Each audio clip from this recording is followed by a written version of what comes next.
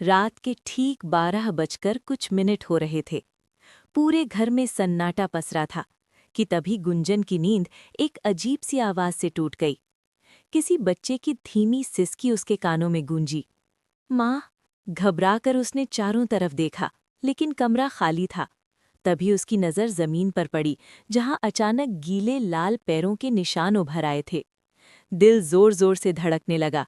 फिर भी वो किसी अनजान खिंचाव में उन निशानों के पीछे चल पड़ी। जैसे ही वो आंगन में पहुंची, उसकी चीख निकल गई। सामने मिट्टी में सना एक नवजात बच्चा बैठा था, जिसकी आंखें लाल थीं और शरीर से सड़ांध आती लग रही थी। माँ! कहते ही गुंजन की आंखों के आगे अंधेरा छा गया और वो वहीं गिरकर बेहोश हो गई।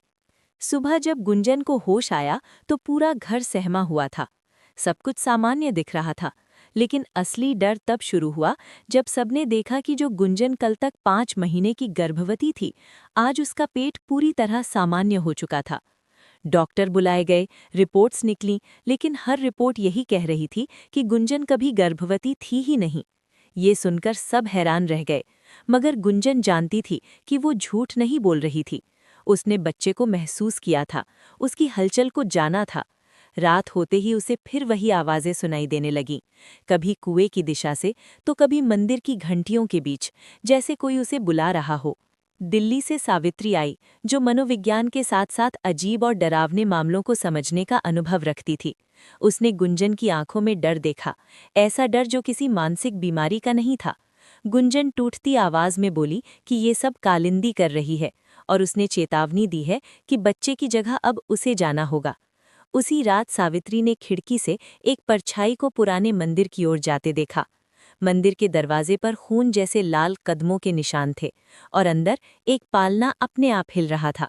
जब सावित्री ने पालने में झांका तो उसमें एक छोटे बच्चे का कंकाल पड़ा था।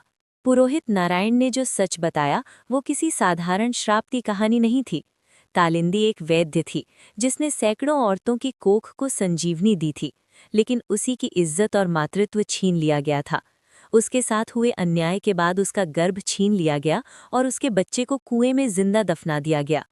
मरने से पहले उसने श्राप नहीं दिया था, बल्कि न्याय मांगा था। उसकी आत्मा आज भी भटक रही थी, अपने बच्चे को ढूंढती हुई, हर उस औरत की कोख को छूती हुई जिसने अन्याय का बोझ ढोया था। आखिरकार सावित्री कुएं तक पहुंची और कालिंदी की आत्मा से सामना हुआ। कालिंदी ने साफ कहा कि उसे मंदिर या पूजा नहीं चाहिए, उसे सिर्फ उसका बच्चा चाहिए, और वो सच जिसे गांव ने दबा दिया था।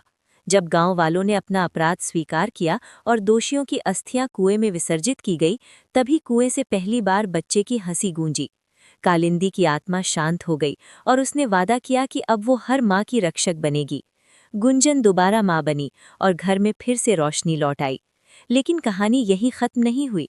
उसी रात जंगल में किसी ने फिर से हवन किया और राख से उठती एक आवाज गूंजी, अन्याय करने वालों के लिए मेरी शांति अभी अधूरी है। ये सवाल आज भी हवा में तैर रहा है कि क्या कालिंदी का श्राप सच में खत्म हो चुका है, या ये सिर्फ एक नए डर की शुरुआत है।